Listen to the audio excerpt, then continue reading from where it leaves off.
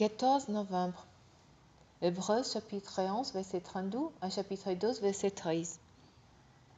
Que dirais-je encore? Les temps manqueraient pour parler en détail des Gédéon, des Barak, des Samson, des Jephthé, des David, des Samuel, des prophètes. Grâce à la foi, ils ont remporté la victoire sur des royaumes, exercé la justice, obtenu la réalisation des promesses, fermé la gueule des lions. Ils ont renté des fausses violents, ont échappé aux tranchants de l'épée. Ils ont raté, rempli des fausses lorsqu'ils étaient faibles. Ils se sont montrés violents dans les batailles. Ils ont mis en fuite des armées ennemies. Des femmes ont vu leur mort se ressusciter pour leur être rendue. D'autres, en revanche, ont été torturés. Ils ont refusé d'être délivrés, afin d'obtenir ce qui est meilleur, la résurrection. D'autres encore ont enduré les moqueries, les fouets, ainsi que les chaînes et la prison. Certains ont été lapidés, d'autres ont été torturés, d'autres mis à mort par l'épée. D'autres ont mené en vie errante, vêtus de peaux des moutons ou des chèvres, des nus de toutes, persécutés et maltraités. Et donc le monde n'est-il pas digne?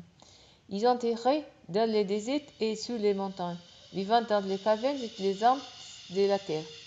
Dieu a prouvé tous ces gens à cause de leur foi, et pourtant, aucun d'eux n'a reçu ce qu'il leur avait promis. C'est que Dieu avait prévu quelque chose de meilleur pour nous. Il ne devant donc pas parvenir sans nous à la perfection. C'est pourquoi, nous aussi, qui sommes entourés d'un si grand nuée de témoins, débarrassons-nous de tout fardeau et du péché qui nous scène si facilement de tous côtés, et courons avec endurance l'épreuve qui nous est proposée. Gardons les yeux fixés sur Jésus, qui nous a ouvert le chemin de la foi et qui l'apporte à la perfection. Parce qu'il avait en vue le joyeux qui lui était réservé, il endurait les morts sous la croix, en méprisant la honte attachée à un tel supplice, et désormais il siège à la droite du trône de Dieu.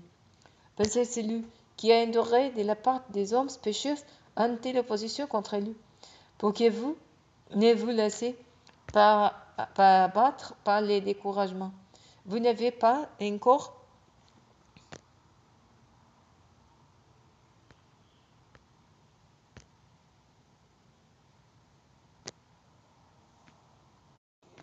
résisté jusqu'à la mort dans votre lutte contre le péché.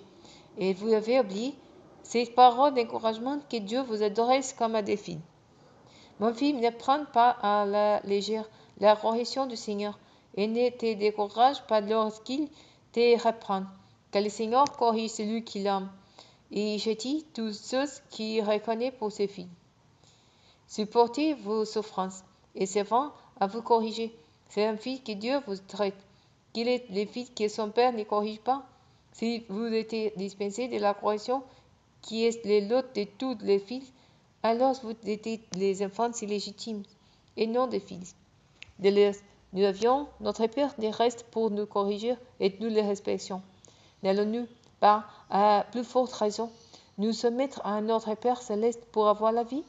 Notre Père nous corrigeait pour un temps limité, selon ses idées, mais Dieu, c'est pour notre bien qu'il nous corrige, afin de nous faire participer à sa sainteté.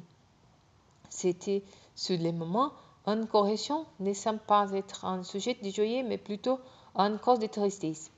Mais par la suite, il y a pour fruit, chez ceux qui ont ainsi été formés en vie juste, vécu dans la paix.